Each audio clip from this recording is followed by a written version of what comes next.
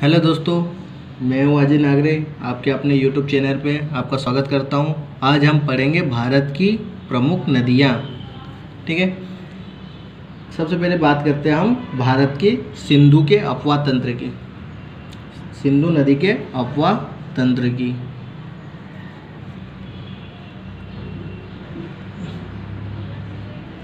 सिंधु अपवाह तंत्र में सिंधु नदी का बहाव कहाँ से कहाँ तक जाती है और ये कहाँ पे मिलती है, हम इस चीज़ के बारे में चर्चा करेंगे। सिंधु नदी है जो कि तिब्बत के मानसरोवर से निकलती है और भारत में प्रवेश करती हुई यह पाकिस्तान में प्रवेश करती है और पाकिस्तान से निकलते हुए ये अरब सागर में मिल जाती है। ये अरब सागर और ये बंगाल की खाड़ी। अगर पूछे कि सिंधु नदी का उद्गम कहाँ पर हुआ है तो ये है तिब्बत के मानसरोवर से और ये है सिंधु नदी। ठीक है, अगर इसकी कुल लंबाई की बात करें तो इसकी कुल लंबाई है 2880 किलोमीटर और भारत में अगर लंबाई की बात करें तो भारत में इसकी लंबाई है 1114 किलोमीटर। ठीक है, ये तो सिंधु नदी हो गई।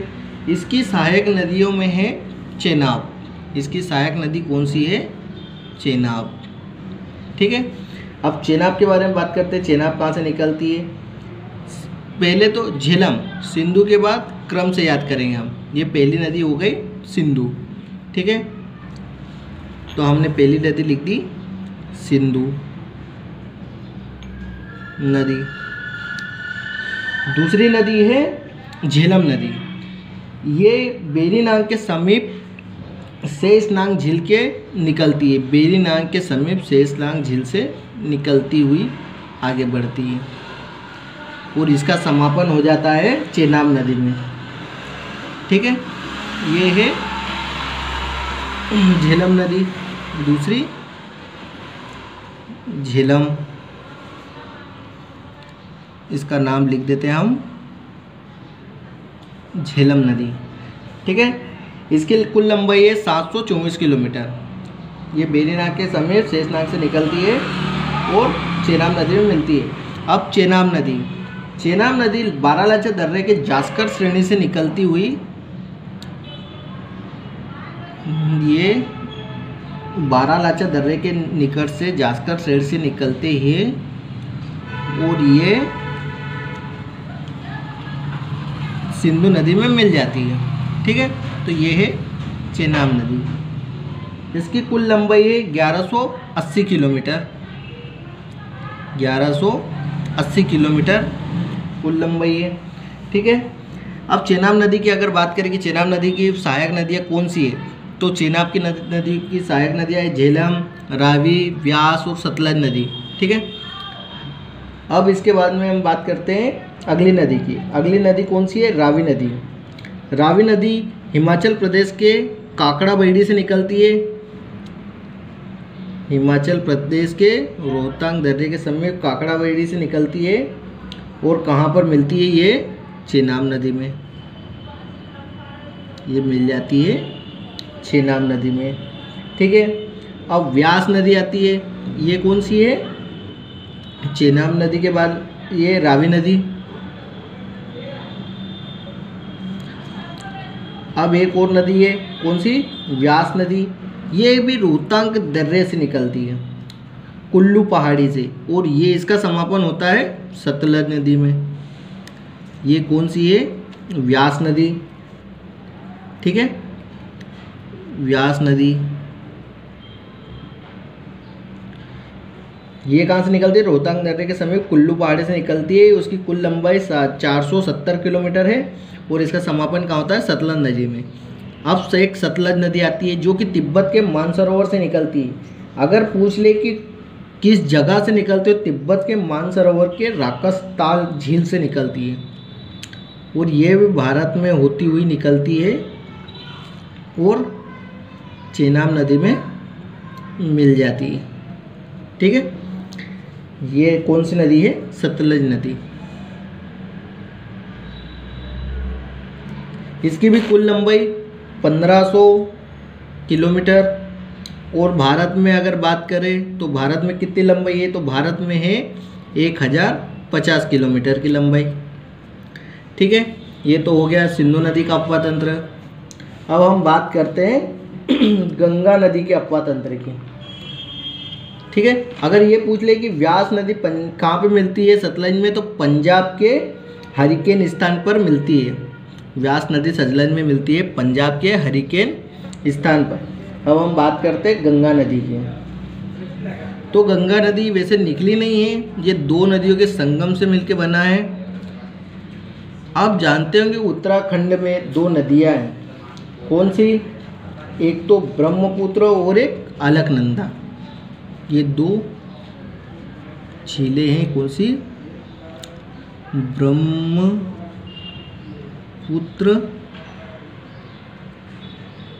और ये अलकनंदा, ये दो है। ये इनका संगम होता है रुद्रप्रयाग में। इस संगम का नाम क्या है? रुद्रप्रयाग। यहाँ से गंगा का निर्माण होता है। ठीक है, अब ये निकलती है यहाँ से, जाती है और ये कहाँ पे मिलती है? बांग्लादेश में चली जाती है। ठीक है, अभी तो हम इतना ही देखते हैं इसको कि कहाँ तक है। तो इसके बारे में हम बात कर लेते हैं एक बार। पहला कि ये गंगा का अपवा तंत्र है, गंगा नदी का अपवाह तंत्र। तो यहाँ पे कौन कौन सी नदियाँ पहली मिली? ब्रह्मपुत्र, नहीं सॉरी, अलकनंदा और भागीरथी। सॉरी, यहाँ ब्रह्मपुत्र लिख दिया। अलकनंदा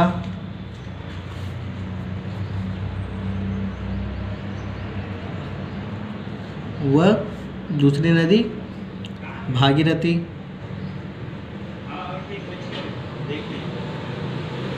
अलकनंदा और ये भागीरथी थी। अलकनंदा और भागीरथी। इसकी एक सबसे बड़ी सहायक नदी है, कौन सी? यमुना। कि गंगा नदी की सबसे बड़ी सहायक कौन सी है? यमुना। तो यमुना नदी कहाँ से निकलती है? यमुनोत्री हिमनोद से।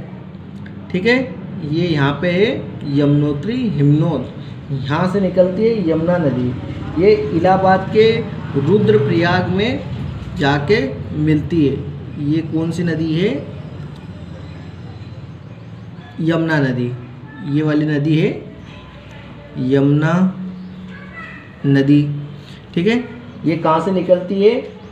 ये यमुनोत्री हिमनोद बंदरपूंछ से निकलते हुए कहाँ पे समापन होता है? गंगा नदी में। कहाँ पे? रुद्रप्रयाग में। इसकी कुल लंबाई है 1375 किलोमीटर। ठीक है, और गंगा नदी की और भी सहायक नदियाँ हैं। एक तो यहाँ से निकलती है नैनीताल से, एक नैनीताल से निकलती है। ये हम तीसरी नदी लिख देते हैं यमुना। यमुना नदी। चौथी नदी है रामगंगा। रामगंगा नैनीताल से निकलती है और कन्नौज के निकट गंगा नदी में मिल जाती है। ठीक है, तो ये कौन सी नदी हो गई? रामगंगा।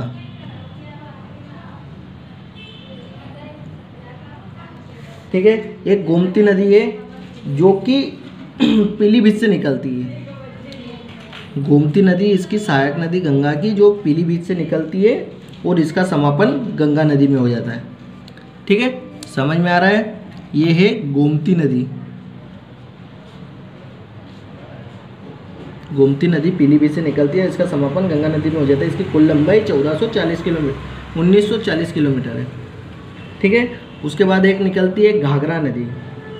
ये पातालकोट नेपाल से निकलती है और इसका समापन कहाँ होता है? गंगा नदी में। ये आती है और मिल जाती है गंगा नदी में। ठीक है। एक निकलती गंडक, ये भी नेपाल से निकलती है गंडक नदी। ये गोमती के बाद में ये कौन सी हो गई, घाघरा नदी, ठीक है। एक निकलती है नदी यहाँ से गंडक नदी, ये भी नेपाल से निकलती है और इसका समापन गंगा नदी में पटना में हो जाता है।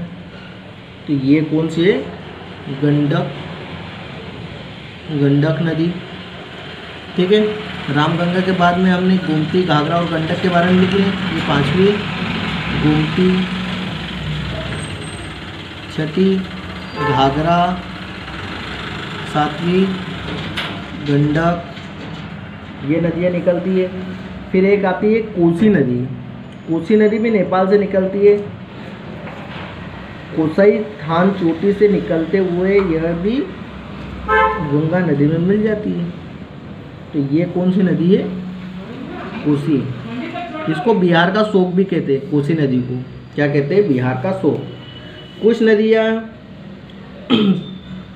जो कि उत्तर दिशा में बहते हुए जाती है और मिलती है, कौन सी, एक तो चंबल नदी है जो कि मध्य प्रदेश के मऊ जिले से निकलती है और चंबल नदी सीधे जाके मिल जाती है यमुना नदी में। एक और नदी है मध्य प्रदेश की, ये चंबल हो गई। एक और नदी है मध्य प्रदेश की, उसका नाम बेतवा नदी। ये कुमारगांव रायसेन से निकलती है और इसका समापन भी कहाँ हो जाता है, यमुना नदी में। एक निकलती है सोन नदी, ये भी मध्य प्रदेश से निकलती है और इसका समापन हो जाता है गंगा नदी में, ठीक है। ये हो गई नदियों की, इसके सहायक नदियों की बात। ये आठवीं कौन सी ले ली हमने, चंबल, नवीं बेतवा और 10वीं सोन, ठीक है। फिर एक नदी है जिसको बोलते हैं ब्रह्मपुत्र नदी। हम यहाँ साइड में लिख लेते हैं ब्रह्मपुत्र का अपवा तंत्र।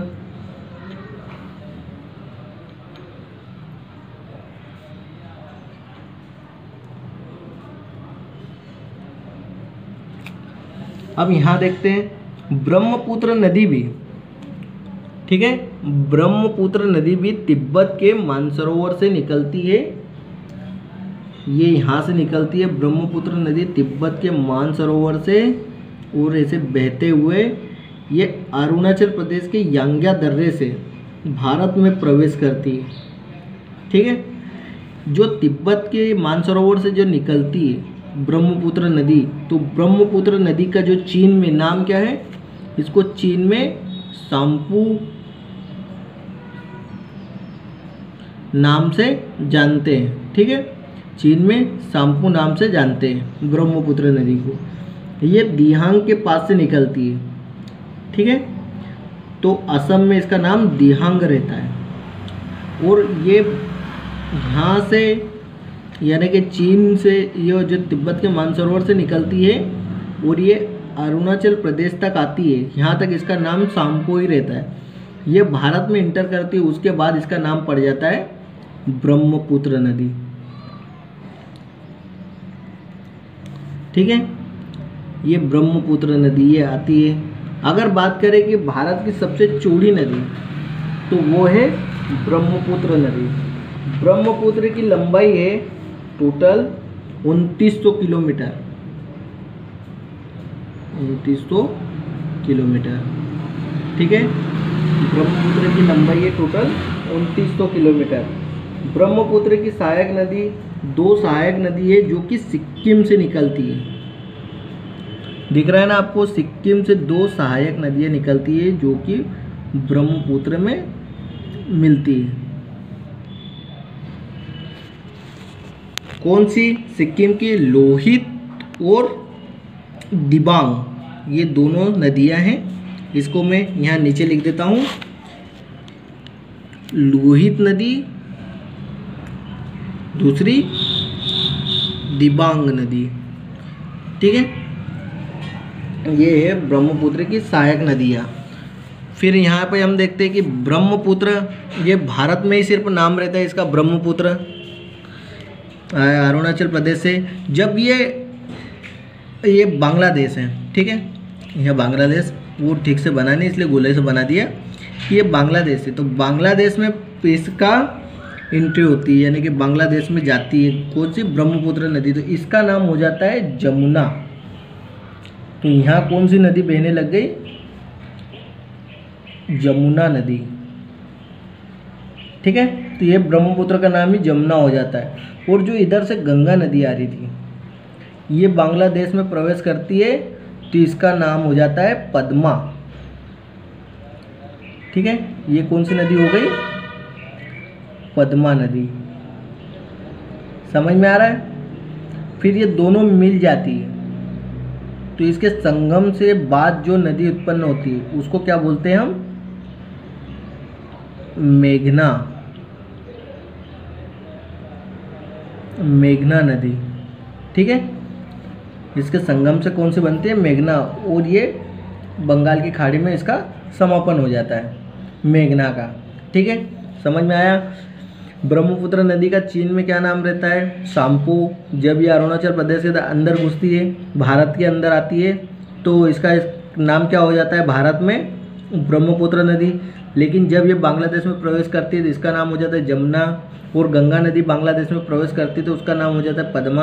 और इन दोनों का संगम हो जाता है, और उसके बाद जो नदी निकलती है उसको बोलते हैं मेघना। और मेघना का समापन कहाँ हो जाता है, बंगाल की खाड़ी में, ठीक है। ये हो गई हमारे 3 नदियाँ। अब हम पूर्वोत्तर भारत की नदियाँ और पश्चिम की भारत की नदियाँ देखते हैं, जो कि इसको ऐसा भी देख सकते हैं कि जो पूर्व की ओर बहने वाली नदियाँ हैं और पश्चिम की ओर बहने वाली नदियाँ कौन कौन सी हैं, ठीक है। अब हम देखते हैं पूर्व की ओर बहने वाली नदियाँ। ये पूर्व की ओर बहने वाली नदियों के बारे में पढ़ते हैं। सबसे पहले हम ये देखते हैं कि झारखंड के पास से एक नदी निकलती है जिसका नाम है स्वर्णरेखा नदी। ये है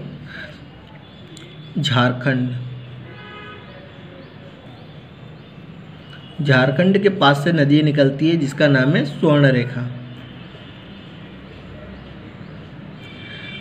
इसका समापन कहाँ होता है, बंगाल की खाड़ी में, ठीक है। फिर एक नदी निकलती है रायपुर से जिसका नाम है महानदी। इसका समापन भी कहाँ होता है, ये है रायपुर से। एक नदी निकलती है जिसका नाम है महानदी। इसका समापन भी कहाँ होता है, बंगाल की खाड़ी में। रायपुर क्या है, छत्तीसगढ़ की राजधानी है, ठीक है। उसके बाद एक निकलती है गोदावरी, जो कि त्रंबक से, त्रंबक कहाँ है, महाराष्ट्र में, त्रंबक से निकलती है। और इसका समापन भी कहाँ होता है, बंगाल की खाड़ी में। ये त्रंबक से निकलती है कौन सी नदी, गोदावरी नदी। और इसका समापन कहाँ हो जाता है, बंगाल की खाड़ी में। एक मध्य प्रदेश से निकलती है जिसका नाम है बेनगंगा नदी। ये गोदावरी नदी की सहायक नदी है। ये मध्य प्रदेश से निकलती है, क्या नाम है इसका, बेनगंगा, ठीक है। ये कहाँ मिल जाती है, गोदावरी नदी में, ठीक है ना। उसके बाद में हम और देखते हैं कि एक नदी निकलती है कृष्णा नदी, जो महाबलेश्वर से निकलती है। और इसका समापन भी कहाँ होता है, बंगाल की खाड़ी में। ये है महाबलेश्वर।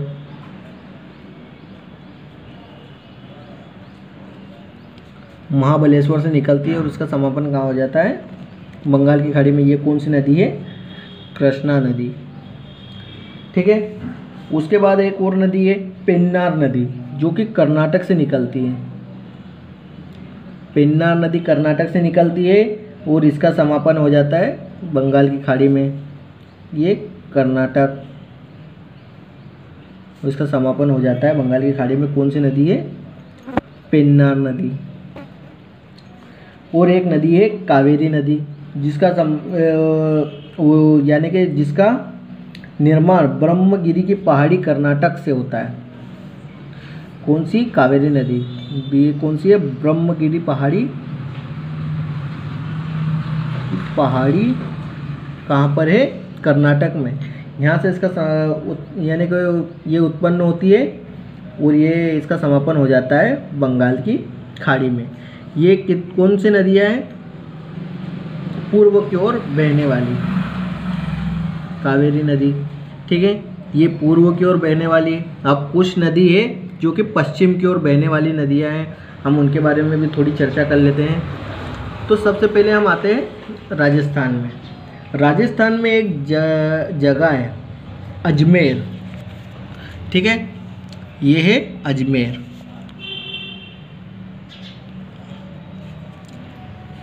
राजस्थान में एक जगह है अजमेर, यहाँ से एक नदी निकलती है जो कि पश्चिम की ओर बहती है और ये गायब हो जाती है कच्छ के रण में, ठीक है। तो ये कच्छ के रण में गायब हो जाती है। इस नदी का नाम क्या है? लूनी नदी, ठीक है, लूनी नदी। ये कहाँ से निकलती है? अजमेर से निकलती है और ये कच्छ के रण में 320 किलोमीटर जाती है और गायब हो जाती है। फिर एक उदयपुर से निकलती है। उदयपुर से निकलने वाली नदी का नाम है साबरमती। ये निकलती है और अरब सागर में इसका समापन हो जाता है। ये उदयपुर से निकलती है कौन सी? साबरमती नदी।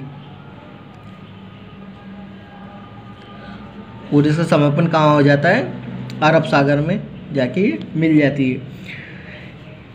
फिर माही नदी निकलती है मध्य प्रदेश के धार से।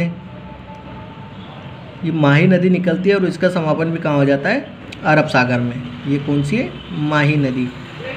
ये मध्य प्रदेश के धार जिले से निकलती है। फिर और भी ये दो बड़ी नदियाँ हैं जिसका नाम है नर्मदा नदी। नर्मदा नदी की कुल लंबाई 13-12 किलोमीटर है। ये निकलती है अमरकंटक से। अमरकंटक से नर्मदा नदी निकलती है। इसकी कुल लंबाई 13-12 किलोमीटर। ये नर्मदा नदी और इसकी लंबाई 13-12 किलोमीटर, ठीक है। इसका समापन भी हो जाता है अरब सागर में। और नर्मदा नदी के सहायक नदी नहीं है, एकदम समान चलने वाली एक और नदी है। कौन सी है? ताप्ती नदी, क्योंकि बैतूल के मुल्ताई से निकलती है और ये भी नर्मदा के समान चलते हुए जाती है और अरब सागर में मिल जाती है। ये कौन सी है? ताप्ती नदी। इसको सूर्य देवता की पुत्री भी कहते हैं, ठीक है। इसका समापन कहाँ हो जाता है? अरब सागर में। समझ में आया? अब क्वेश्चन, ये तो सब नदियों में से क्वेश्चन हो गए। दो क्वेश्चन और बन सकते हैं कि भारत में एक तो डेल्टा बनाने वाली नदियाँ कौन सी है। तो बाकी सब डेल्टा बनाती है, भारत की सब जितनी भी नदियाँ सब डेल्टा बनाती है, लेकिन नर्मदा और ताप्ती को छोड़ के, क्योंकि नर्मदा और ताप्ती दोनों क्या बनाती है? एस्चुरी, ठीक है। नर्मदा और ताप्ती दो नदियाँ हैं जो कि एस्चुरी बनाती है और बाकी भारत की जितनी भी नदियाँ हैं सब टोटल डेल्टा बनाती है, ठीक है। ठीक है दोस्तों, वीडियो पसंद आया होगा तो लाइक करें, शेयर करें, सब्सक्राइब करें। जय हिंद, जय भारत।